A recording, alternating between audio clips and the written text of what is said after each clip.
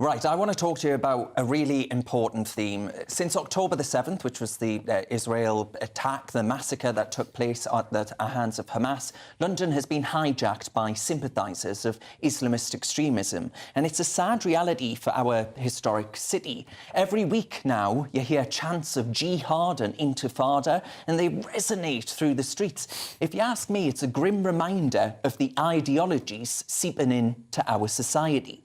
John Woodcock, he's now called Lord Walney, and a former Labour MP, he's demanding accountability. And I think he's spot on. He insists that these weekly disruptions, a blatant display of Jew hate, shouldn't be the British taxpayers' burden. And I say I agree. Why should Sharon in Scarborough or any law-abiding Brit foot the bill for this?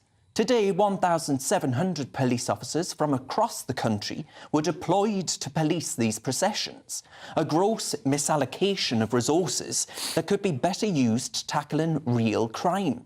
The leaflets distributed celebrating Hamas, they're not just tactless, but a blatant endorsement of terror, a mockery of our values and our laws. These aren't the actions of progressives, that's what they're calling themselves. They're the hallmarks of barbarism. The crowd's eagerness to attack unarmed cargo ships and their disdain for the UK and the USA illustrate a dangerous shift in narrative. Standing there with a thanks to Yemen. Wow. Standing against terrorism, once a common virtue, it's now been overshadowed by support for groups like the Houthis, who've reintroduced slavery in Yemen and systemically violate the rights of women and girls. How progressive. London, now a breeding ground for these hate marches, is being funded by us, the taxpayers elsewhere. And I say it's high time we all said, not in my name, cheers very much. Darren, you said Yemen with such gusto there. Can we hear it again? Yemen! Well, it wasn't quite the same as the first time. Oh, no. You said it Yemen. Right, OK. Well, speaking of Yemen, I mean, even, Benjamin, you are actually pretty good. I retweeted you earlier because you had said... There's the first. I forget what it was. Well, I'll say it. You say it. Well, no, you used that image of the person saying, thank you, Yemen, which is utterly shocking because how notable that those people who so riotously attacked Israel for the loss of life in Gaza now found themselves supporting the Houthi rebels, where far more than 8,000 Muslims have been killed in Yemen in order for them to take over what had been a democratically elected government. And it seems like those people that were taking the moral high ground in their attacks on Israel and the tragic loss of life there's been in that part of the world now don't care about the morality at all, or invasion at all, or bombing at all. Actually, what they hate is they're anti-Semite and they hate the West. That's a really interesting point, Belinda, because I saw one of the activists who's put together the events today was doing an interview with the Chinese state television for Europe. And I thought, hang on a minute, you're all right doing Chinese state television, despite what the Chinese have done to the Uyghur Muslims, but you're campaigning on the behalf of Muslims, you say, and not against, well, in favour of what I view as vehement Jew hate. Yeah. And that's what it is, isn't it? This is ultimately what this boils down to. Well, you don't see protests against all the horrific deaths in Syria, the discrimination of Muslims in China. You don't see any of it. My God, the Islamist terror has been a curse on this world, from the Christians being slaughtered in Nigeria by Boko Haram to the Al-Shabaab to Al-Qaeda. I mean, Islamist terror has now got its useful idiots on the streets of this country, and I'm sick to death of seeing these protests. I don't think they should get money from the taxpayer. I'm actually sick to death of seeing the Palestinian flag, not because I don't have huge compassion for all those innocent who are being harmed, but because it is so strongly associated with Islamist terror and those who apologise for Islamist terror and excuse Islamist terror. And you see a lot of that on the marches and anti-Semitism. It needs to be out of our country, out of our streets. Bring the English flag back for once. Well, I agree. Well, Anna, you on your show since October the 7th have always highlighted the fact that actually Jews in Britain don't feel safe, and especially in London. Yeah. Do you think London's lost? Well, I think it is truly lost. I don't know what has happened to people.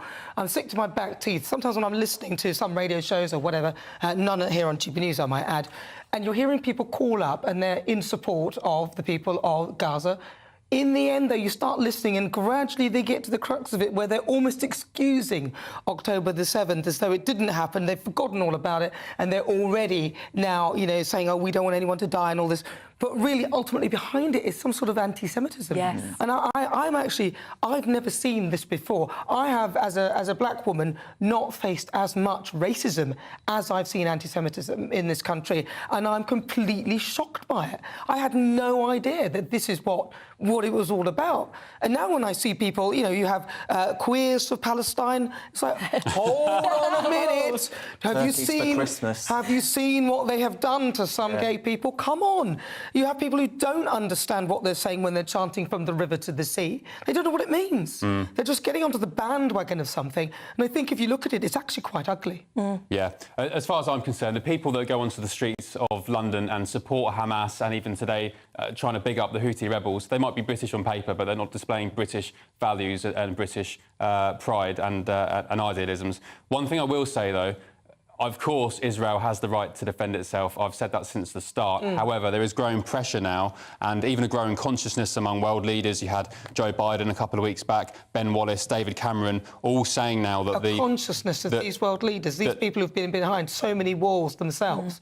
Joe Biden, the warmonger. I mean... Well, let me finish. I was going on to the point that, according to Hamas, and actually the UN seems to agree with a rough kind of figure, that some 8,000 children have now died in Palestine. And I just don't know how long Israel can continue. But those are any death of a child is obviously appalling in war. Yeah. Those are figures from Hamas. You hear this phrase, whether it's 1 or 8,000, it doesn't matter. The Gaza Health Ministry. The Gaza Health Ministry. The Gaza Health Ministry is the PR of Hamas. It is a totally made up. As I said, the UN has pretty much agreed with it. They said 1,000. Oh, well, of course they have, because you currently have the UN hosting South Africa's farcical genocidal claims. Benjamin, in which, just to say, South Africa, a country that had no problem and abstained on Russia invading Ukraine and murdering incessant Ukrainian children, men and women. They had no problem with that. They were one of a handful of countries to abstain. You have South African politicians standing up and saying, we kill the white people, kill the white farmers. And now they're turning around and accusing Israel. The only thing I